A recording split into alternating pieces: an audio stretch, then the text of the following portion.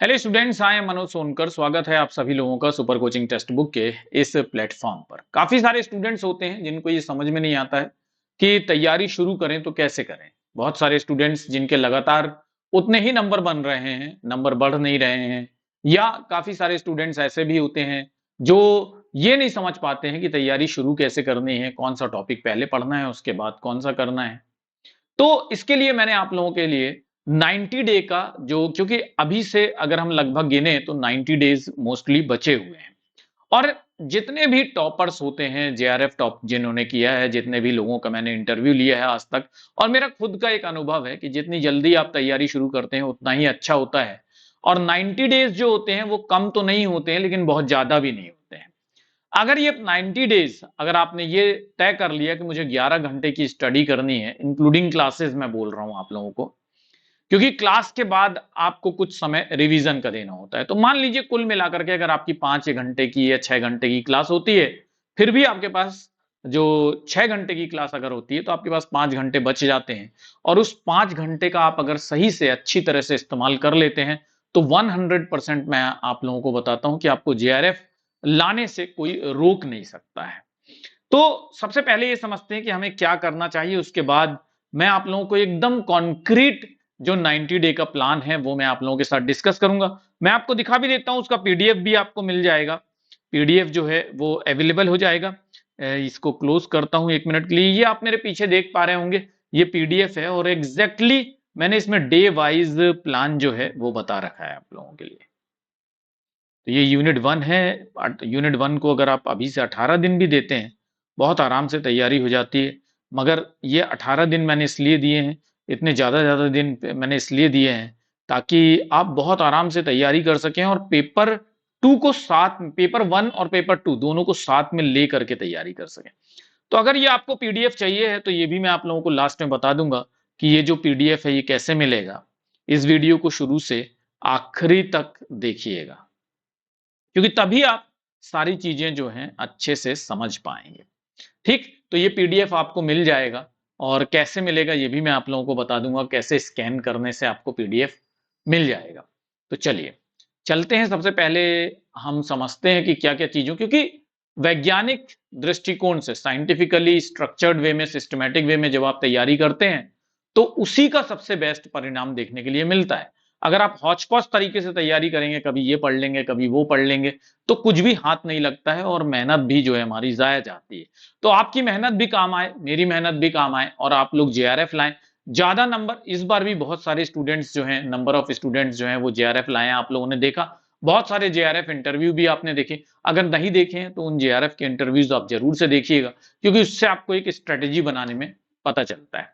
अब जितने ज़्यादा जेआरएफ, जितने मुँह उतनी बातें होती हैं। मैंने लगभग हर एक जो जेआरएफ टॉपर हैं, अभी भी कुछ जेआरएफ टॉपर बचे हुए हैं जिनका इंटरव्यू लेना है, तो मैं आने वाले समय में हो सकता है मंडे को 5 बजे भी मैं एक इंटरव्यू सेशन रखूं। जितने जेआरएफ से आप सुनेंगे वो उतने तरह के रिसोर्सेज बताते हैं, लेकिन एक बात बहुत कॉमन होती है कि वो रेगुलरली जो हमारी क्लासेस होती हैं उसको वो रेगुलरली देखते हैं, उससे कोई कॉम्प्रोमाइज वो नहीं करते हैं। ठीक, ये एक बहुत इंपॉर्टेंट बात है। यानी कि कुछ चीजें होती हैं जो हर टॉपर में समान रूप से पाई जाती हैं। रिसोर्सेज सबके अलग अलग हो सकते हैं। स्टूडेंट्स मेरी बात मान लीजिए, अच्छी तरह से समझ लीजिए इस बात को कि रिसोर्सेज अलग अलग हो सकते हैं, लेकिन वो टॉप कर रहे हैं, जेआरएफ ला रहे हैं, और एक बार नहीं बार बार टॉप कर रहे हैं, बार बार जेआरएफ कर ला रहे हैं, और अलग अलग पर्सन जेआरएफ ला रहे हैं अलग अलग रिसोर्सेज को फॉलो करके। तो इसका मतलब उनमें कुछ ऐसी चीज है जो कॉमन तो होगी। तो कॉमन क्या होती है? तो सबसे पहली क्वालिटी होती है वो बहुत डिसिप्लिन्ड वे में तैयारी करते हैं। डिसिप्लिन्ड वे में, सिस्टमैटिकली, साइंटिफिकली स्ट्रक्चर्ड वे में तैयारी करने का मतलब ये होता है कि वो स्ट्रिक्टली किसी को फॉलो करते हैं, स्ट्रिक्टली किसी क्लास को फॉलो करते हैं। कंसिस्टेंट स्टडी होती है, मतलब कि अगर आपने एक दिन डिसाइड किया कि मुझे 5 घंटे एक्स्ट्रा तैयार करना है और 3 घंटे मेरे को पेपर 2 को देने हैं और 2 घंटे मेरे को पेपर 1 को देने हैं, और आपने टाइम डिसाइड कर लिया, तो फिर चाहे कुछ भी हो जाए, आप हर रोज उस प्लान को फॉलो करते हैं, यानी रेगुलरली कंसिस्टेंटली आप उसको परस्यू करते हैं। ये बहुत इंपॉर्टेंट है, कंसिस्टेंसी, टिके रहना अपनी बात पे। फिर उसके बाद आपको क्लियर अंडरस्टैंडिंग होनी चाहिए, जो भी पढ़े वो क्लियरली आपको समझ में आना चाहिए। ठीक, जो फोर्थ इंपॉर्टेंट पॉइंट जो मैंने हर एक टॉपर में देखी है वो है डेडिकेशन। डेडिकेशन मतलब समर्पण। समर्पण मतलब क्या होता है कि आपके पास, हर एक इंसान के पास, मेरे पास भी, मैं भी आम इंसान, मेरे पास भी दुनिया भर के काम आते हैं डेली। कोई स्टूडेंट से बात करता रहता हूं या किसी से कोई भी काम आ गया, पापा ने कह दिया, मम्मी ने कह दिया, भाई का कोई काम है, ठीक, कहीं कुछ काम आ गया, तो हम लोग क्या करते हैं, उन काम को नजरअंदाज करते हैं। मैं भी इंसान हूं, आप भी इंसान हैं, और हर इंसान के जीवन में प्रॉब्लम्स आती हैं। तो एक बहुत इंपॉर्टेंट चीज, जो पॉजिटिव आउटलुक होता है टॉपर्स का, या जो हम लोग भी फॉलो करते हैं, वो ये होता है कि हम लोग प्रॉब्लम्स की तरफ ध्यान नहीं देते। हमें लगता है यार ठीक है, सब सही चल रहा है, लेकिन हमें अपनी पढ़ाई करनी है। जो हमने अपना लक्ष्य बनाया है, हम, मैंने पढ़ाने का लक्ष्य बनाया है और आपने पढ़ने का लक्ष्य बनाया है, तो क्या होता है कि उस लक्ष्य से हमें दूसरी तरफ नहीं जाना है। हमें हमेशा अपने लक्ष्य को ध्यान रखना है, अपने लक्ष्य को बिल्कुल अपने सामने रख कर तैयारी करनी है। अगर आपने अभी तक ये काम नहीं किया है कि आपने एक दीवार पे, जिस दरवाजे से आप जाते हैं, उस दरवाजे के पीछे अगर आपने अभी तक नहीं लिखा है कि इस बार मैं जेआरएफ लाऊंगा और सीरियसली मैं जेआरएफ लाऊंगा, नहीं लिखा है तो लिख लीजिए यार, पोस्टर बना करके चिपका दीजिए कि जब भी आप वो दरवाजा खोलेंगे बाहर जाने के लिए, अदर देन स्टडी आप कोई काम करेंगे, तो वो दीवार आपको याद दिलाएगी और बार बार अपने आपका फोकस जो है वो वहीं पर रह जाएगा। तो ये काम करिए, ये काम जरूरी होता है। ये सब छोटी-छोटी चीजें लगती हैं, लेकिन जब आप करने बैठेंगे ना, जब आप डिसिप्लिन तौर पर अपनी तैयारी करेंगे, कंसिस्टेंटली तैयारी करेंगे, क्लियर अंडरस्टैंडिंग बनाएंगे और डेडिकेशन से तैयारी करेंगे ना, तो ये सुनने में बहुत आसान लगती है, लेकिन जब आप करने बैठेंगे ना, तब आपको पता चलेगा कि कितना टफ होता है ये काम। तो एक शॉर्ट प्लान और एक बड़ा प्लान भी मैंने आप लोगों के लिए डिस्कस किया है, मतलब लाया हूं यहाँ पर। तो ये शॉर्ट में डिस्कस कर लीजिए, जो बड़ा वाला जो प्लान है, जो आपको पीडीएफ मिलेगा, उसको भी डिस्कस कर लीजिएगा। और इसका अगर आप चाहें तो स्क्रीनशॉट ले सकते हैं कि 90 दिन के अंदर आप कैसे तैयारी कर सकते हैं। तो लगभग डे 1 से डे 18 तक मैंने यूनिट 1 को लिया, क्योंकि यूनिट 1 बहुत इंपॉर्टेंट होती है, आप लोग भी बहुत अच्छी तरह से जानते हैं। बहुत सारे क्वेश्चन उससे कवर हो जाते हैं, आप यूनिट 1 को कभी भी बिल्कुल भी इग्नोर नहीं कर सकते हैं। नेक्स्ट यूनिट 2 आता है। यूनिट 2 में मैंने डे 19 से डे 27 तक आपका यूनिट, और यहाँ पर आप एक बात याद रखिएगा कि आप कहते हैं कि सर रिवीजन कब करें, मॉक टेस्ट कब लगाएं, तो जो मैंने आपको, मतलब जो क्लास के अलावा जो मैंने आपका टाइम रखा है ना, तो उसमें आपको रिवीजन भी करना है, मॉक टेस्ट भी प्रैक्टिस करना है और अपने हेल्थ का भी ध्यान रखना है। ये तीनों चीजें करनी है, ठीक है। तो सेकंड जो यूनिट है उसके लिए मैं 19, मतलब डे 19 शुरू हो जाएगा और 10 से 27 डे तक आपका सेकंड यूनिट रखा है। फिर उसके बाद 28th डे से 35th डे जब आएगा, तो उसके लिए मैंने आपको बेसिक कॉन्सेप्ट और इंस्टीट्यूशन जो यूनिट 3 है वो रखा है।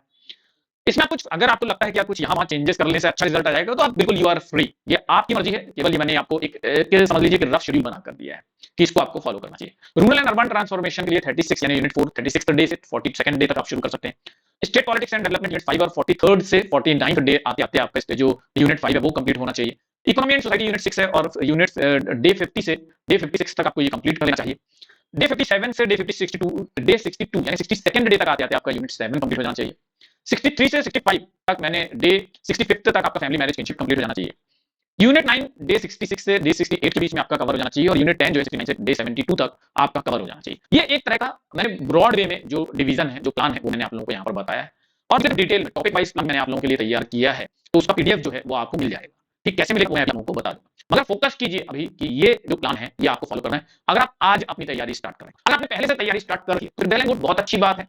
ठीक, फिर आपको ये प्लान जो है आप इसमें ढीले ढाले करके चल सकते हैं। लेकिन अगर आपने तैयारी, अब देखिए आपने ये देखा कि 72 डे का ये प्लान है, या बाकी के दिन मैंने फिर से आपके लिए रिवीजन के रखे हैं। आप इन पूरे बिल्कुल एक्जैक्टली इन दिनों में आप कंप्लीट नहीं कर पाएंगे, तो बाकी के दिन मैंने आपको इसलिए रखे हैं ताकि आप जुड़ सकें, घटा सकें। ठीक, तो अपने हिसाब से आप कर सकते हैं, लेकिन लास्ट के जो 10 दिन होंगे ना स्टूडेंट्स, मतलब 90 में से 80 डेज आप स्टडी कर रहे हैं, आपको डेली रिवीजन करना है, डेली मॉक टेस्ट लगाना है। और रिवीजन जो है ना वो 3 तरह का होता है, वो भी मैं आप लोगों को यहाँ पर बता देता हूँ। 3 तरह का रिवीजन आपको करना होता है। सबसे पहला डेली रिवीजन रोज, फिर उसके बाद सेकंड वीकली रिवीजन और फिर उसके बाद थर्ड मंथली रिवीजन।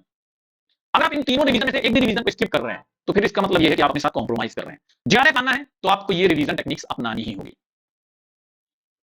जेआरएफ के लिए ऐसे नहीं आता है, आजकल आप देख रहे हैं कि कटऑफ बहुत इंपॉर्टेंट है, कटऑफ बहुत हाई जा रहा है, तो आपको पेपर 1 प्लस पेपर 2 दोनों को इक्वल इंपॉर्टेंस देते हुए काम करना होगा। ऐसा नहीं होता कि आप केवल पेपर 2 कवर कर लें और आपका सिलेक्शन हो जाए, आप जेआरएफ ले आए, ये बहुत इंपॉसिबल बात है। ठीक है, तो ये ध्यान रखिएगा। और एक बहुत इंपॉर्टेंट, जो लोग आज एनरोल करना चाहते हैं क्लास को और कल एनरोल करना चाहते हैं, आपका 2 दिन है और एक बहुत अच्छा मौका आपको मिल रहा है। यहाँ पर होली उत्सव में एक discount super coaching text book आपके लिए लेकर के आया है। 5999 रुपीज में आपको बैच मिल जा रहा है। कोड इस्तेमाल कर लीजिएगा MANOJ, ठीक है।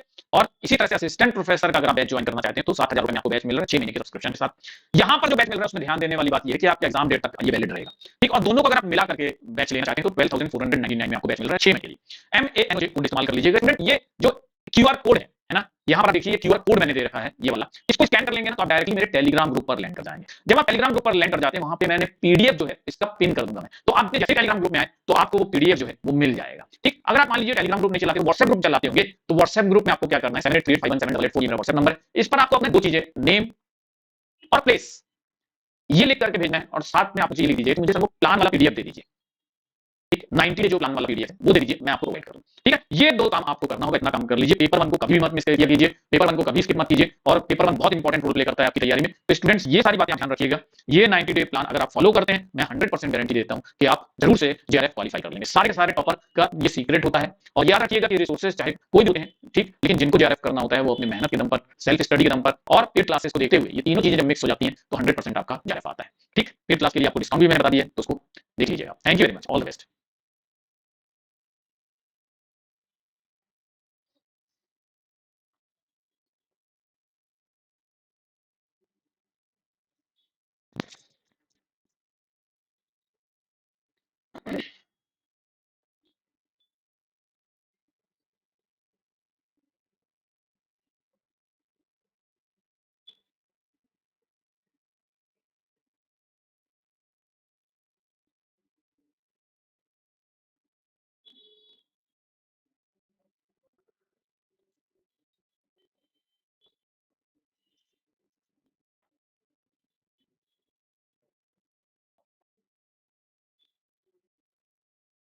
अच्छा।